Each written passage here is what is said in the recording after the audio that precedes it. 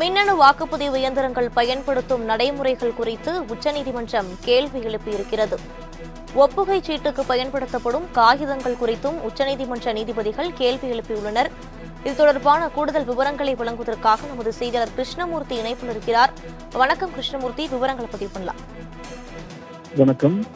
மின்னணு வாக்குப்பதிவு இயந்திரத்துடன் ஒப்புகை சீட்டை 100% சரிபார்க்க உத்தரவிடக் கோரி தொடரப்பட்ட மனுவானது உச்சநீதிமன்றத்தில் இந்த தினம் விசாரணைக்காக எடுத்துக் கொள்ளப்பட்டது. அதில் ஒப்புகை சீட்டு இயந்திரத்தை கடந்த 2017 இறுதி வடிவத்திற்கு கொண்டு வந்த போது அதில் வெளிப்படையாக தெரியும் கண்ணாடி பொருத்தப்பட்டிருந்தது. ஆனால் அதற்கு பிறகு அதனை உள்ளிருந்து பல்ப் இருந்ததால் மட்டுமே பெரிய வகையிலான கண்ணாடியாக மாற்றிவிட்டார்கள் என்றும், தற்போது ஒப்புகை சீட்டு உள்ளே விதிகதா இல்லையா என்பது கூட வாக்காளர்களுக்கு தெரியவில்லை என்று மனுதாரர் தரப்பில் வாதங்கள் முன்வைக்கப்பட்டு வாக்குச்சீட்டு, ஒப்புகை சீட்டு மற்றும் வெளிப்படையாக தெரியும் கண்ணாடி ஆகியவை 100% வெளிப்படைத்தன்மையுடன் இருக்க வேண்டும் என்றும் அவர் தரப்பில் கோரிக்கை வைக்கப்பட்டது.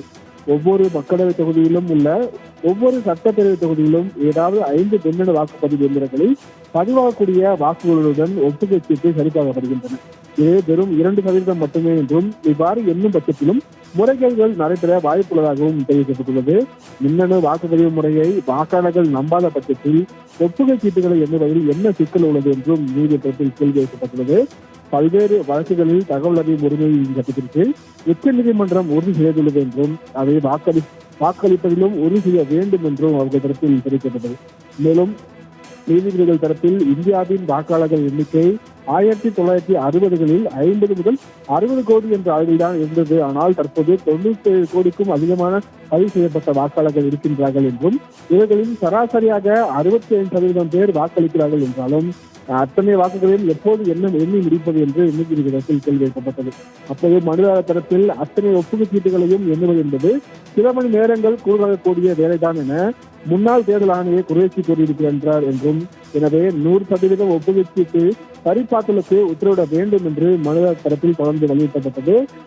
ஒரே தேர்தலை நடத்துவதற்கு 6 வாரத்திற்கு மேல் தேர்தல் ஆணையம் எடுத்துக் கொள்கிறது என்றும், அப்படி இருக்கும்போது ஒப்புகை சீட்டு சரிபார்க்க சில மணி நேரங்கள் கூடுதலாக தேர்தல் ஆணையம் செலவிடுவதால் ஒன்றும் தவறாகிவிடாது என்றும் மனுதாரர் தரப்பில் வாதங்கள் வைக்கப்பட்டது. இவ்வாறாக மின்னணு வாக்குப்பதிவு இயந்திரங்களை தயாரிக்கக்கூடிய நிறுவனங்களின் இயக்குநர்கள் பாரதிய கட்சியை இருக்கின்றார்கள். எனவேதான் இதன் நம்பகத்தன்மை பொதுமக்கள் மத்தியில் பெரும் கேள்விக்குறியாக இருப்பதாக மனுதாரர் தரப்பில் வாதங்கள் வைக்கப்பட்டிருக்கிறது. தொடர்ந்து இந்த வழக்கின் விசாரணையானது நடைபெற்று வருகிறது. விரிவான விவரங்களுக்கு நன்றி கிருஷ்ணமூர்த்தி.